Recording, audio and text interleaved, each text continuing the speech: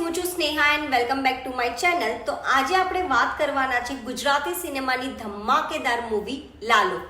ગુજરાતી સિનેમામાં અત્યારે આ મૂવી નંબર 1 પર ચાલી રહી છે.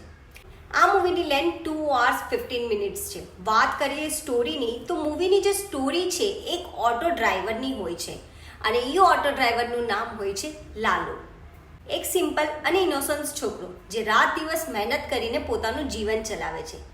એક દિવસ એને એક પેસેન્જર મળે છે અને કહે છે કે મને જુનાગઢ ફરાવું ને આખું. બસ ત્યાંથી શરૂ થાય છે આ મૂવીની જર્ની. આમાં તમને કોમેડી, ઇમોશન્સ અને સસ્પેન્સ બધું જ એકસાથે જોવા મળશે. લાલો અને કૃષ્ણ ભગવાનનો રોલ જે એક્ટરે કર્યો છે, સિરિયસલી એમને હેડ્સ ઓફ છે.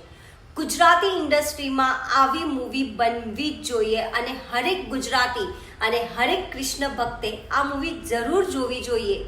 વાત કરીએ ડાયરેક્શનની તો ડાયરેક્ટર સરે આ મૂવીની સ્ટોરીને એકદમ સિમ્પલ વેમાં પ્રેઝન્ટ કરી છે જે તમારા દિલને છૂઈ જશે. મૂવીની જે સ્ટોરી છે એકદમ સિમ્પલ છે. આપણા કરેલા કર્મો આપણે ભોગવવા જ પડે છે. ભગવાન ચાહે આપણા બધા રસ્તા બંધ કેમ ન કરી દે, પણ એક વખત એવો આવશે કે દરવાજા ખોલવા માટે પણ ભગવાન સાક્ષાત આવશે.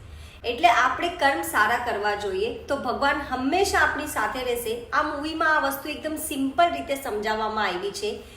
ફર્સ્ટ હાફમાં લાલો કેટલો હેરાન થાય છે, કેટલો પરેશાન થાય છે, કેવી રીતના એના બધા રસ્તા બંધ થઈ જાય છે, એ પોતાની હિંમત હારી જાય છે. અને સેકન્ડ હાફમાં જ્યારે કૃષ્ણ ભગવાન એમને સાથે ઊભા હોય છે તો હું સ્પોઇલર નહીં આપું, આ મૂવી એક મેજિકલ મૂવી છે. જે મહાઅવતાર નરસિંહમાં મૂવી હતી એવી જ રીતના આ મૂવી દિલને ટચ કરી દેશે. સપોર્ટિંગ કાસ્ટ પણ એકદમ મસ્ત છે, બિલકુલ ઓવર એક્ટિંગ નથી લાગતી. અને music, background music, emotional scene સાથે OMG હેડ્સ ઓફ. આ મૂવીની અંદર કોમેડી પણ છે જે તમને હસાવશે અને ઇમોશનલ સીન પણ એવા છે જે તમારા આંખોમાંથી આંસુ લાવી આપશે.